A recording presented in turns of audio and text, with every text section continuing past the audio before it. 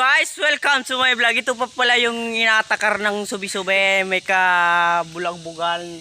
Tapos tinatanong daw yung sarili niya kung anong yung pag-aalan niya. Sabi niya man tao, para siyang halimaw. Yan po siya. Para siyang parang monkey. Parang monkey. Kung umakyat sa puno, parang ukay. Yan. Ito po pala ang aming bukirin. Masyadong malawak, guys.